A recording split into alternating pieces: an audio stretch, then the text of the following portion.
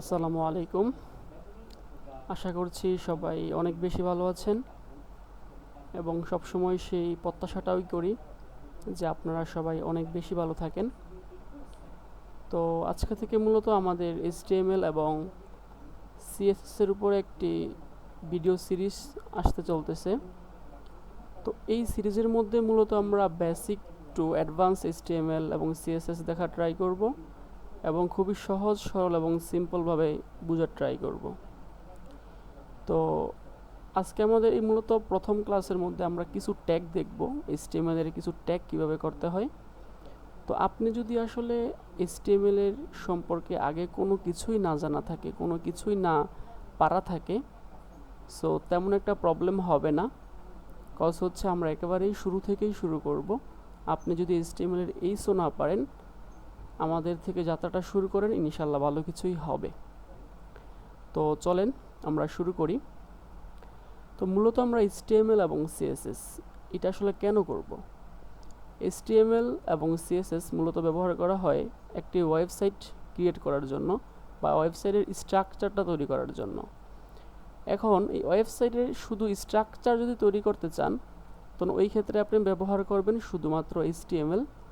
আর যদি আপনি ওয়েবসাইটটাকে সুন্দর করে সাজাতে চান, কালার করতে চান, ডিজাইন করতে চান, তখন ওই ক্ষেত্রে আপনি ব্যবহার করবেন CSS।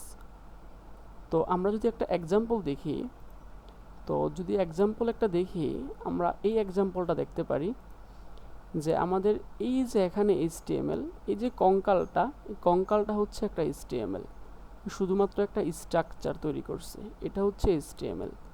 তো আপনি যখন কোনো একটা ওয়েবসাইট তৈরি করবেন, ওয়েবসাইটের ক্ষেত্রেও সেম, কোনো একটা ওয়েবসাইটের স্ট্রাকচার তৈরি করার ক্ষেত্রে আপনি HTML ব্যবহার করবেন, এই HTML ব্যবহার করবেন। আর যখন কি না আপনি সেটাকে ডিজাইন করতে চাবেন, HTML দিয়ে স্ট্রাকচারটা করার পরে যখন CSS দিয়ে ডিজাইন করবেন, তখন এই যে এইটা, এই HTMLটাই এত সুন্দর হবে। এই স্ট্রাকচারটা ডিজাইন করার পরে এরকম আসবে। তো মূলত এখন বুঝতে পারছি আমরা HTML এবং CSSটা কেন করব। একটাই রিজন, HTML দিয়ে স্ট্রাকচার ক্রিয়েট করব এবং CSS দিয়ে সেই স্ট্রাকচারকে ডিজাইন করব। চলেন দেখি আসলে কীভাবে আমাদের HTMLটা করতে হয়। HTML করার জন্য অবশ্যই আপনার একটি ফাইল অথবা ফোল্ডার ক্রিয়েট করতে হবে। তো এই ক্ষেত্রে আপনাকে প্রথমেই এখানে সার্চ বারে এসে আপনি সার্চ করতে পারেন যে ফাইল। যখন ফাইল চলে আসবে, ফাইল আপনি ওপেন করবেন। ওপেন করার পরে আপনার একটি ফোল্ডার ক্রিয়েট করতে হবে। তো আপনি আপনার একটি ফোল্ডার ক্রিয়েট করে নেবেন। তো আমি একটি ফোল্ডার ক্রিয়েট করছি, ফোল্ডারের নাম দিচ্ছি HTML দিয়ে একটি ফোল্ডার ক্রিয়েট করে নিলাম। এখন কাজ হচ্ছে আমি যে HTML এবং CSS কোডগুলো লিখব, একটা আমাদের কোড এডিটর লাগবে, যে কোন জায়গাতে আমরা মূলত কোডগুলো লিখব। এই জন্য আমরা মূলত এই সিরিজে ব্যবহার করতেছি ভিজুয়াল স্টুডিও কোড। তো আপনি আবারও সেম সার্চ বারে আসেন এবং এখানে সার্চ করেন ভিজুয়াল স্টুডিও কোড। যখনই সার্চ করবেন আপনার সামনে এমন একটি অ্যাপস চলে আসবে, যেটা আপনার কম্পিউটারে যদি ইনস্টল থাকে তাহলে পাবেন, যদি না থাকে সেক্ষেত্রে আপনারা সেটা ইনস্টল করে নেবেন। তো আমরা ভিজুয়াল স্টুডিও কোডটাকে ওপেন করতেছি। ওপেন করার পরে আমরা যেই ফোল্ডারটা ক্রিয়েট করে রাখছিলাম, ওই ফোল্ডারটাকে আমাদের সিলেক্ট করতে হবে। ওই ফোল্ডারটা কোথায় ছিল? ওই ফোল্ডারটা আমাদের ছিল এই যে HTML আমরা এই ফাইলটা করছিলাম, ফোল্ডারটা করছিলাম। এটাকে সিলেক্ট করলাম, সিলেক্ট ফোল্ডারে ক্লিক করলাম। আমাদের সামনে দেখেন এই যে এখানে আমাদের HTML এর ফোল্ডারটা ওপেন হয়েছে। এখন যদি আমরা HTML এবং CSS করতে চাই, অবশ্যই ফোল্ডারের ভিতরে আমাদের ফাইল করতে হবে। তো ফাইল করার জন্য আমরা এই যে এখানে, এটা হচ্ছে নিউ ফাইল, আর এটা যদি ক্লিক করি নিউ ফোল্ডার, তো আমরা নিউ ফাইলে ক্লিক করব। নিউ ফাইলে ক্লিক করে আমরা প্রথম অংশে যেটাই দেই না কোনো সমস্যা নাই, কিন্তু দ্বিতীয় অংশে .html দিতে হবে। আমাদের মনে রাখতে হবে HTML নাম লেখার ক্ষেত্রে দুইটা অংশ হয়, একটা হচ্ছে ডটের আগ পর্যন্ত, আরেকটা হচ্ছে ডটের পর। অর্থাৎ আমাদের ডটের আগে আমরা যা ইচ্ছা দিতে পারবো, কিন্তু .htmlটা লাস্টে দিতেই হবে। তো আমরা একটা নাম দিই, আমরা নাম দিলাম index HTML। যখনই HTML ফাইলটা সুন্দর মতো ক্রিয়েট হবে তখনই ফাইলের পাশে একটি এরকম সুন্দর লোগো দেখতে পারবেন। তো আপনি নাম দেওয়ার পরে ইন্টারে ক্লিক করেন, আপনার সুন্দর মতো একটি এখানে ফাইল ক্রিয়েট হয়ে গেছে। তো এখন আমাদের কাজ কি? এখন কাজ হচ্ছে HTML এর স্ট্রাকচারটা শুরু করা বা স্ট্রাকচারটা আনা। HTML এর স্ট্রাকচারটা যদি আমরা আনতে চাই তাহলে আমরা একেবারে সহজে শর্টকাট একটা হচ্ছে শিফট 1-এ ক্লিক করব। যখনই শিফট 1-এ ক্লিক করব তখনই আমাদের কাছে এমন একটি চিহ্ন চলে আসবে এবং এটাতে ক্লিক করলেই HTML এর স্ট্রাকচারটা চলে আসতেছে, যেটা হচ্ছে আমাদের কোড এডিটর আমাদেরকে সহজেই দিয়ে দিতেছে। তো এই জন্য মূলত আমরা কি করব, যদি আবারও দেখাই, যদি স্ট্রাকচারটা আনতে চাই শিফট 1-এ ক্লিক করব। শিফট 1-এ ক্লিক করলে আমাদের এমন একটি চিহ্ন চলে আসবে, দেন এটাতে আমরা ক্লিক করলেই স্ট্রাকচারটা চলে আসবে। তো এটা হচ্ছে আমাদের স্ট্রাকচার। এখন এই স্ট্রাকচারের ভিতরে মূলত আমরা ট্যাগ লিখব, যে আসলে আমরা ওয়েবসাইটের মধ্যে কি দেখাইতে চাইতেছি। তো এই ট্যাগটা লেখার জন্য আপনাদের অনেক ট্যাগ আছে। তো আজকে এটা যেহেতু আমাদের প্রথম ভিডিও এবং প্রথম ভিডিওতে আমরা খুবই অল্প কিছু ট্যাগ দেখব। তো কি কি ট্যাগ দেখব সেটা যদি আমরা একটু দেখি, আমরা মূলত আজকে এই কয়েকটা ট্যাগ দেখব। H1 ট্যাগ দেখব, H2 ট্যাগ দেখব, H3 ট্যাগ দেখব, H4, H5 এবং H6। এই 6টাকে বলা হয় হেডিং ট্যাগ। অর্থাৎ আপনি যখন আপনার ওয়েবসাইটে কোনো হেডিং জাতীয় কোনো কিছু লিখতে চাবেন তখন আপনি এই 6টা ট্যাগ ব্যবহার করবেন।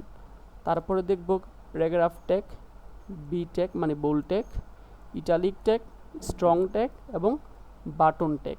এই মূলত 8-10টা ট্যাগ আজকে আমরা দেখব। তো এই ট্যাগগুলো দেখার জন্য, এই ট্যাগগুলো করার জন্য আমাদের ভিজুয়াল স্টুডিও কোডে আমরা যেখানে স্ট্রাকচারটা তৈরি করে রেখেছি সেইখানে আপনি একটা জিনিস খেয়াল করেন, এই স্ট্রাকচারের ভিতরের আপনি মূলত মেনলি 2টা অংশ ভাগ করতে পারেন। এই ফুল স্ট্রাকচারটাকে আপনি 2টা অংশ ভাগ করতে পারেন। দেখেন আপনাকে যদি আমি দেখাই, এখানে এই যে এতটুকু হচ্ছে হেড আর এতটুকু হচ্ছে বডি, মানে আপনি আপনার বডির সাথে কম্পেয়ার করেন। এটা পুরোটা ধরেন আপনার শরীর বা বডি, এই বডির এতটুকু হচ্ছে আপনার হেড আর এতটুকু হচ্ছে আপনার বডি। তো আপনি HTML এর যত ট্যাগ লিখবেন, যত কাজ করবেন, মূলত ট্যাগগুলো সব এই বডির ভিতরে লিখতে হবে। আর হেডের ভিতরে বিভিন্ন লিঙ্কের কাজ করব বা অন্যান্য কাজগুলো করতে পারবো, সেটা আমরা আস্তে আস্তে দেখব, সমস্যা নাই। বাট আমাদের ট্যাগগুলো আমরা কোথায় লিখব? সব বডির ভিতরে লিখব। আচ্ছা, যদি সব ট্যাগগুলো আমাদের বডির ভিতরেই লিখতে হয় তাহলে চলেন আমরা দেখি আসলে কীভাবে লিখতে হয়। তো এই জন্য আমাদের এখানে আমরা একটা ট্যাগ লিখি H1। যখন আপনি H1-এ ক্লিক করবেন আপনার কাছে VS কোডের মাধ্যমে এটা শো করতেছে। এটার উপরে ক্লিক করলেই এরকম একটা H1 ট্যাগ চলে আসছে। দেখেন H1 এইটা কিন্তু একটা 2টা ট্যাগ, একটা হচ্ছে H1, এটাকে বলা হয় শুরুর ট্যাগ, এটাকে বলা হয় শেষের ট্যাগ। দেখেন 2টা ট্যাগের মধ্যে কিন্তু ডিফারেন্স আছে। শুরুর ট্যাগের মধ্যে লেস দেন আর গ্রেটার দেন দিয়ে আটকানো, কিন্তু যখন শেষের ট্যাগ যেটা, এটা কিন্তু লেস দেনের পরে একটি ফরওয়ার্ড স্ল্যাশ আছে, দেন গ্রেটার দেন আছে। এই জিনিসটা মনে রাখতে হবে। তো আমরা যখন H1-এর ভিতরে যাই লিখবো না কেন সেটাই আমাদের সামনে চলে আসবে বা আউটপুটে আমরা দেখতে পাবো। তো আমরা যদি H1-এর ভিতরে সে এক্সাম্পল আমরা লিখলাম যে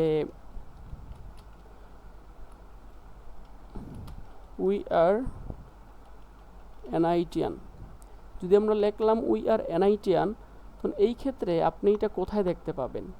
এই জিনিসটা আসলে লিখলেন, বাট এটা আপনি কোথায় দেখতে পারবেন? আপনাকে আউটপুটে যেতে হবে। আউটপুটে যাওয়ার জন্য আপনাকে কী করতে হবে? এই যেখানে 3 ডটে ক্লিক করে রানে ক্লিক করবেন। রানে ক্লিক করলে আপনি আউটপুটে চলে যেতে পারবেন। এখান থেকে আপনি ক্রোমো সিলেক্ট করে দেন, আপনার আউটপুট চলে আসছে উই আর NITian। তো আমরা যদি একটু সহজভাবে বোঝার ট্রাই করি, একটু সেট আপ করে নেই।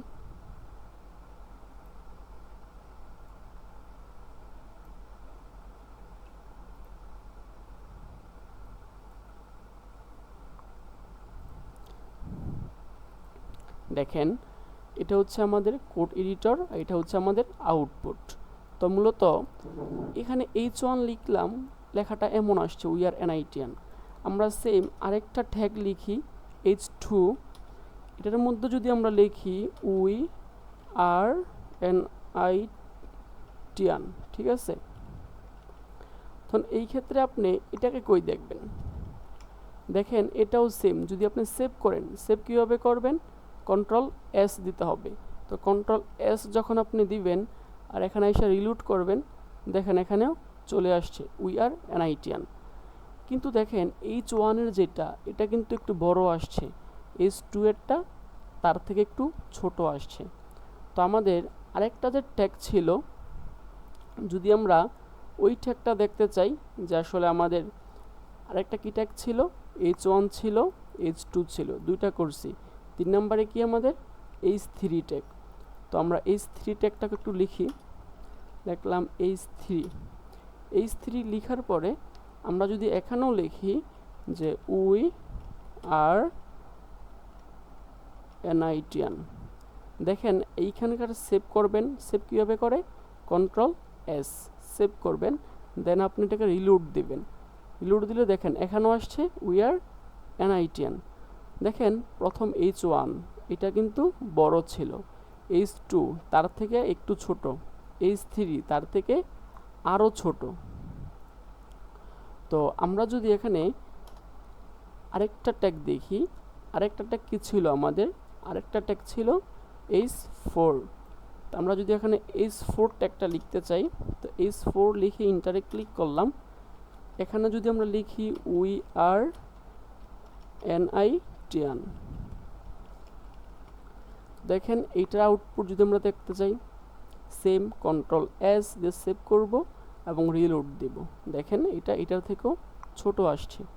তার মানে কি বুঝতেছি, H1 থেকে H6 পর্যন্ত যে 6টা হেডিং ট্যাগ আছে, H1 সবচেয়ে বড়, H2 তার থেকে একটু ছোট, H3 তার থেকে আরও ছোট, H4, H5, H6 এরকমভাবে আসবে, বড় থেকে ছোট পর্যন্ত আসবে। তা আমরা যদি H5 ট্যাগটা আরেকবার দেখি, উই আর NITian, H5 এর ক্ষেত্রে সেম Ctrl+S দিয়ে সেভ করব এবং রিলোড দিলে আমাদের আরও ছোট আসছে। যদি আমরা H6 দেখতে চাই, সেম H6 এর ক্ষেত্রেও উই আর NITian যদি লিখি, Ctrl+S দিয়ে সেভ করি এবং রিলোড যদি করি, তাহলে আমাদের এখানে আরও ছোট আসছে। তার মানে আমরা বুঝলাম কি, H1 সবচেয়ে বড়, H2 তার থেকে আরও ছোট। তাহলে মূলত আমরা এই ট্যাগের যে 6টা ট্যাগ লিখলাম, এই 6টা ট্যাগ আমরা বিভিন্ন স্টাইলে, বিভিন্নভাবে, বিভিন্ন সময়, বিভিন্ন দরকারে আমরা ব্যবহার করব। কিন্তু এখন জাস্ট আমরা কীভাবে ট্যাগগুলো লিখতে হয় সেটা দেখতেছি। অবশ্যই একটা জিনিস খেয়াল রাখবেন, ট্যাগগুলো সবসময় বডির ভিতরে লিখতে হয়, বডির বাইরে কিন্তু ট্যাগ লেখা যাবে না, এটা খেয়াল রাখতে হবে। আচ্ছা, এখন চলেন পরবর্তী যে ট্যাগগুলো ছিল আমাদের H6 পর্যন্ত, এই 6টা ট্যাগ আমাদের শেষ হয়েছে। এখন দেখব প্যারাগ্রাফ ট্যাগ। আচ্ছা, প্যারাগ্রাফ ট্যাগটা আসলে কি?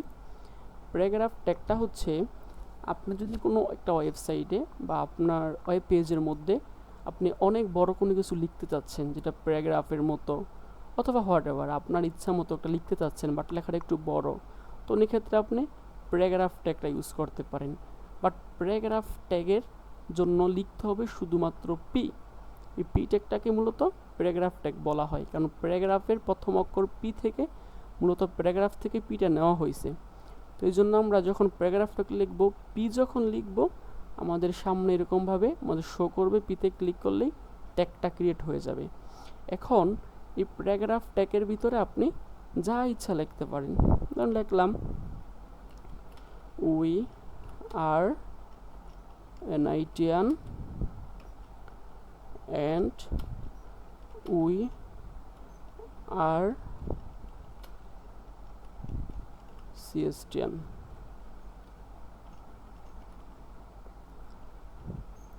এতটুকু যখন লিখলাম, এই আউটপুটটা আপনি কোথায় দেখবেন? তো আউটপুটটা দেখার জন্য আপনাকে অবশ্যই আউটপুটে আসতে হবে এবং সেভ করে রিলোড দিতে হবে। সেভ করে রিলোড দিলেন, দেখেন এখানে প্যারাগ্রাফটা চলে আসছে। এখন আমি যদি এটার সাথে আরও কিছু লেখা অ্যাড করতে চাই, তখন ওই ক্ষেত্রে লরেম দিয়ে আমরা যতগুলো ওয়ার্ড অ্যাড করতে চাবো তত ওয়ার্ড দিয়ে দিলে আমাদের ততগুলো শব্দ বা চলে আসবে। তো লরেম 15 দিয়ে যখন ইন্টারে ক্লিক করব, অনেকগুলো ওয়ার্ড এখানে চলে আসছে। দেখেন অনেকগুলো ওয়ার্ড চলে আসছে। তো এখন যদি আমরা এটাকে সেভ করি এবং রিলোড দেই, এটা আমাদের আউটপুটে চলে আসছে। ঠিক আছে, এটা হচ্ছে মূলত প্যারাগ্রাফ ট্যাগ। কী জন্য ব্যবহার করব? যখন কোনো ওয়েবসাইটের মধ্যে অনেক বড় কিছু লিখতে দরকার হবে, প্যারাগ্রাফ টাইপ বা প্যারাগ্রাফের মতো অনেক বড় বড় জিনিস লেখার দরকার পড়বে, তখন আমরা প্যারাগ্রাফ ট্যাগটা ব্যবহার করব। আচ্ছা, এখন আসেন যে আমাদের পরবর্তীতে কী ট্যাগ আছে। পরবর্তীতে আছে আমাদের বোল্ড ট্যাগ। এই বোল্ড ট্যাগের কাজ কি? বোল্ড ট্যাগের কাজ হচ্ছে মূলত লেখাটাকে মোটা করা। দেখেন এখানে আমরা একটা বোল্ড ট্যাগ লিখলাম। এই বোল্ড ট্যাগের ভিতরে আমরা যা লিখব, লাইক আবারও যদি আমরা লিখি উই আর সিএসটিয়ান, এটাকে যদি আমরা সেভ করি, আউটপুটটা দেখবেন। যদি আমরা এটাকে সেভ করে হচ্ছে আচ্ছা, যদি রিলোড দেই, দেখেন এখানে কি আসছে, উই আর সিএসটিয়ান চলে আসছে। এই যে উই আর সিএসটিয়ানটা চলে আসলো, এটা কিন্তু মোটা আসছে। দেখেন অন্যান্য লেখাগুলো চিকন, বাট এটা কিন্তু মোটা আসছে, এর জন্য এটা কি বোল্ড ট্যাগ। আচ্ছা, আপনি যদি চান যে এখানে বোল্ড ট্যাগটাকে আমরা অন্যভাবে অ্যাপ্লাই করে দেখতে পারি, যেরকম আমাদের এই লেখাগুলোর মাঝখানে যদি আমরা চাই যে কোনো লেখাগুলোকে মোটা করতে, তো ওই ক্ষেত্রে আমরা বোল্ড ট্যাগটা ভিতরে দিয়ে, বোল্ড ট্যাগের ভিতরে যে লেখাটাকে মোটা করব সেইটাকেও যদি দিয়ে দেই, ওই ক্ষেত্রে ওইটাও মোটা হয়ে যাবে। আমরা একটু অ্যাপ্লাই করে দেখি। তো এখানে যখন আপনি বি লিখবেন, বোল্ড ট্যাগ চলে আসতেছে, আপনি ইন্টারে ক্লিক করেন। আপনি এখন চাচ্ছেন এই যে এখান থেকে এখানে পর্যন্ত লেখাগুলোকে তো মোটা আকারে দেখাতে চান, তো ওই ক্ষেত্রে আপনি ওই লেখাগুলোকে জাস্ট বোল্টের ভিতরে দিয়ে দিবেন। বোল্টের ভিতরে দিয়ে দিলেই দেখবেন লেখাগুলো মোটা হয়ে গেছে। এই যে আমরা বোল্ড ট্যাগের ভিতরে লেখাগুলো দিয়ে দিছি, তো আমরা আউটপুটটা দেখতে পাবো কোন জায়গায়, একটু খেয়াল করবেন। এই জায়গাতে দেখবেন লেখাগুলো মোটা হয়ে গেছে, এই জায়গাতে দেখবেন লেখা মোটা হয়ে গেছে। আচ্ছা, তো আমরা যদি সেভ করে রিলোড দেই, দেখেন লেখাগুলো মোটা হয়ে গেছে। এটাই মূলত আমাদের বোল্ড ট্যাগের কারিশমা, বোল্ড ট্যাগের স্পেশালিস্ট। তো ওই ক্ষেত্রে আমরা বোল্ড ট্যাগ ব্যবহার করব যদি আমাদের লেখাগুলোকে মোটা করতে হয়। আচ্ছা, আরেকটা ট্যাগ আমাদের কী ছিল? Italic tag. ইটালিক ট্যাগ বলতে আমরা যদি সে এক্সাম্পল কোনো একটা লেখাকে বাঁকা করতে চাই, আমরা যদি একটু এক্সাম্পল দেখি যে ইটালিক ট্যাগের ক্ষেত্রে যে আই ট্যাগ, যেটা ইটালিকের আই, তো এইটার ভিতরে আমরা যদি কোনো কিছু লিখি যে উই আর সিএসটিয়ান, তখন ওই ক্ষেত্রে আপনি যদি আউটপুটটা দেখতে চান, দেখবেন এখানে এই যে উই আর সিএসটিয়ানের নিচে একটা লাইন আসবে। যদি সেভ করে রিলোড দেই, এই যে উই আর সিএসটিয়ান চলে আসছে। কিন্তু ওই উই আর সিএসটিয়ানটা কি, এগুলা দেখেন সোজা, এটা কি একটু বাঁকা, মানে ইটালিক। ইটালিক মানে কি একটু বাঁকা, মানে আর দেখেন অন্যান্য লেখাগুলো একবারে সোজা, বাট এটা কিন্তু একটু মোটা, এটা হচ্ছে একটু বাঁকা, এর জন্য এটাকে বলা হয় কি ইটালিক ট্যাগ। আচ্ছা, আমরা আরেকটা ট্যাগ দেখি, এটা হচ্ছে স্ট্রং ট্যাগ। স্ট্রং ট্যাগ আর বোল্ড ট্যাগ প্রায় সেম, দুটোটাই মোটার কাজ করে। তো আপনারা স্ট্রং ট্যাগটা একটু দেখে নেই, যেহেতু দেখতেছি স্ট্রং ট্যাগের ভিতরে যদি আমরা লিখি উই আর সিএসটিয়ান, আউটপুটটা যদি দেখতে চাই রিলোড দেই, দেখেন এই যে উই আর সিএসটিয়ানটাও চলে আসছে। এটা কি একটু মোটা আকারে আসছে, যেটা প্রায় বোল্ড ট্যাগের মতোই। আচ্ছা, আমাদের আরও একটা ট্যাগ আছে, সেটা হচ্ছে বাটন ট্যাগ। এই বাটন ট্যাগ মূলত কেন ব্যবহার করব? দেখেন বিভিন্ন ওয়েবসাইটের মধ্যে বিভিন্ন বাটন থাকে, এই বাটনগুলো ক্রিয়েট করার জন্য মূলত বাটন ট্যাগ ব্যবহার করা হয়। তো আপনি যদি এখানে একটা বাটন ট্যাগ ব্যবহার করেন, দেখেন যখনই আপনি বাটন ট্যাগ ব্যবহার করবেন, বাটন লিখবেন, বাটন লেখার পরে আপনি ভিতরে যখন লিখেন যে উই আর সিএসটিয়ান, যদি লিখেন আপনি রিলোড দেন, এই যে একটা বাটন চলে আসছে এখানে, এই যে এই কর্নারে দেখেন, একেবারে কর্নারে যে একটা বাটন চলে আসছে, এই যে বাটন চলে আসছে, এটা হচ্ছে বাটনের কাজ। তো মূলত আমরা এই ভিডিওতে 10টা ট্যাগ দেখলাম, মূলত 10টা 11টা ট্যাগ দেখলাম। এই 10টা 11টা ট্যাগ বাসায় প্র্যাকটিস করবেন এবং অবশ্যই নোটসের মধ্যে ফার্স্ট ক্লাস লিখে 11টা ট্যাগ লিখে রাখবেন যে এই 10টা 11টা ট্যাগ আমরা আজকে করছি বা এটা ওটা করছি। তাহলে হবে কি, আপনার 5টা ক্লাস করার পরে দেখবেন আপনার 50টা ট্যাগ হয়ে গেছে, 40টা 50টা ট্যাগ আপনি পাইরে ফেলতেছেন। কিন্তু যদি নোট না নেন তাহলে 5 নাম্বার ক্লাসে গিয়ে আপনার 1 নাম্বার ক্লাসের সব কিছুই ভুলে যাবেন। তো আমরা যদি একটু রিক্যাপ করি, তো মূলত আমরা HTML এবং CSSটা কেন ব্যবহার করব? HTML এবং CSSটা ব্যবহার করব একটি ওয়েবসাইট তৈরি করার জন্য, ওয়েবসাইটের স্ট্রাকচার তৈরি করার জন্য। HTML কেন করব? ওয়েবসাইটের স্ট্রাকচারের জন্য। আর CSS কেন করব? স্ট্রাকচারটাকে সুন্দর করে ডিজাইন দেওয়ার জন্য CSS ব্যবহার করব। শুধু HTML দিয়ে স্ট্রাকচার করতে পারবেন, বাট ডিজাইন না করলে তো সুন্দর লাগবে না। এই জন্য মূলত আমরা CSS ব্যবহার করব।